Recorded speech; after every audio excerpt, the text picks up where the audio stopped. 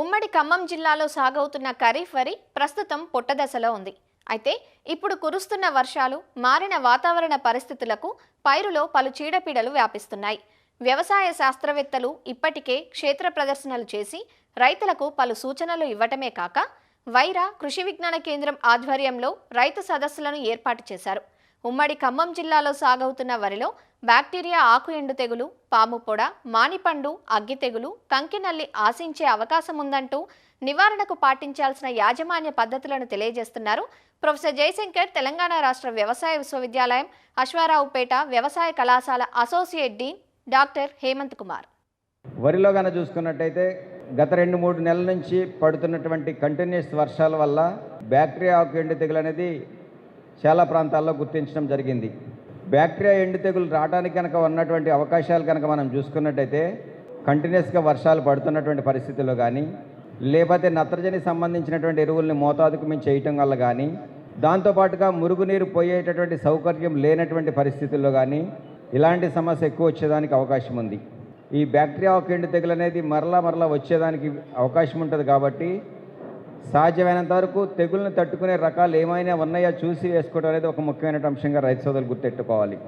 దీనిలో భాగంగా చూసుకున్నట్టయితే దొరికేటటువంటి ఇంప్రూవ్డ్ సాంబా ఆర్పీ బయో 226 అనేది దొరుకుతూ ఉంది. కాబట్టి దాన్ని ఎక్కడైతే బ్యాక్టీరియా ఆకు ఎండు తెగులు ఆశిస్తూ ఉందో అలాంటి ప్రాంతాల్లో కనుక సాగు చేసుకున్నట్టయితే చాలా వరకు దీని యొక్క ఉధృతి లేకుండా ఉండేదానికి అవకాశం ఉంది. మొక్కకి కొంతవరకు రెసిస్టెన్స్ ఉన్నట్టయితే చాలా వరకు ఈ బ్యాక్టీరియా ఆకు ఎండు తెగులు వచ్చేదానికి అవకాశం తక్కువగా ఉంటుంది. కాబట్టి ఆ పరిస్థితుల్లో కంపల్సరీగా పొటాష్ ఎరువులు వాడటం అనేది ఒక ముఖ్యమైన అంశంగా రైతు సోదరులు గమనించాలి. సాధారణంగా మనం చూసుకున్నట్టయితే 2 సార్లు వేస్తాము. ఒకటి పిలకబెట్టేటప్పుడు వేస్తాము, ఇంకొకటి పొట్ట మీద వేస్తాము. కాబట్టి దానికి తగ్గట్టుగా కంపల్సరీగా ఇప్పుడు చిరుపొట్ట దశలో ఉన్నటువంటి రైతు సోదరులు ఎక్కడైతే ఉన్నారో వాళ్ళు కంపల్సరీగా ఒక 20 నుంచి 25 కేజీలు కనుక పొటాష్ సంబంధించినటువంటి ఎరువులు వేసుకున్నట్టయితే సాధ్యమైనంత వరకు ఈ బ్యాక్టీరియా ఆకు ఎండు తెగులు వచ్చేదానికి అవకాశం తక్కువగా ఉంటుంది. ఎక్కడైతే బ్యాక్టీరియా ఆకు ఎండు తెగులు ఆశించిందో అలాంటి పరిస్థితుల్లో ఉదయం కనుక మనం మొక్కను కనుక చూసినట్టయితే అంచుల నుంచి జిగురు కారడం కూడా గమనిస్తూ ఉంటాము. ఆ జిగురు వచ్చేసి మళ్ళీ నీళ్లలో పడినప్పుడు మళ్ళీ దాని యొక్క ఉధృతి పెరుగుతూ ఉంటుంది. కాబట్టి సాధ్యమైనంత వరకు మురుగునీరు బయటికి పంపే ప్రయత్నం కనుక చేసినట్టయితే దీని యొక్క ఉధృతి చాలా వరకు తగ్గుతూ ఉంది. సో ఇంకా పోతే మనకు మిగిలింది ఏంటంటే కెమికల్స్ విషయంకి వచ్చినట్టయితే యాంటీబయాటిక్స్ స్ప్రే చేయొచ్చు. మొత్తం బ్యాక్టీరియా ఆకు ఎండు తెగులు వచ్చిన తర్వాత మనం చేసిన పెద్దగా ఉపయోగం ఉండదు. సో కాబట్టి రైతు సోదరులు ఏంటంటే ఈ బ్యాక్టీరియా ఆకు ఎండు తెగులు కూడా చూసుకున్నట్టయితే ప్యాచెస్గా అక్కడక్కడ స్టార్ట్ అవుతుంది. కాబట్టి ఎక్కడైతే స్టార్ట్ అయిందో ఆ పరిస్థితి మనం గుర్తించి 1-2 సార్లు కనుక యాంటీబయాటిక్స్, ఎగ్రిమైసిన్ అయితేనేమో 80 గ్రాములు లేదా ప్లాంటమైసిన్ అయినట్టయితే 40 నుంచి 50 గ్రాములు కనుక స్ప్రే చేసుకున్నట్టయితే దీని యొక్క ఉధృతి తగ్గుతూ ఉంది. దాంతోపాటుగా వారం నుంచి 10 రోజుల గ్యాప్లో కనుక 2 సార్లు కనుక పిచికారీ చేసుకున్నట్టయితే ఎర్లీ స్టేజెస్లో మనకు వచ్చేటటువంటి బ్యాక్టీరియా ఆకు ఎండు తెగుల్ని సమర్థవంతంగా అరికట్టేదానికి వీలుంటుంది. కంటిన్యూస్గా వర్షాలు పడుతున్నటువంటి పరిస్థితుల్లో పాము పొడ తెగులు అనేది ప్రధాన సమస్యగా ఉంటుంది. ఇలాంటి పరిస్థితుల్లో కానీ చూసుకున్నట్టయితే మనకు మార్కెట్లో దొరికేటటువంటి వాల్డామైసిన్ కానీ, లేకపోతే ఎక్సాకొనజోల్ కానీ, లేదా ప్రోపికొనజోల్ కానీ, లేకపోయినట్టయితే ట్రైఫ్లాక్సిస్ట్రోబిన్ ప్లస్ టేబుకొనజోల్ కానీ, ఈ 3-4 ఫంగిసైడ్స్లో ఏదో ఒకటి మార్చి మనకు కనుక పిచికారీ చేసుకున్నట్టయితే దీన్ని చాలా తక్కువ ఖర్చుతో అరికట్టేదానికి అవకాశం ఉంటుంది.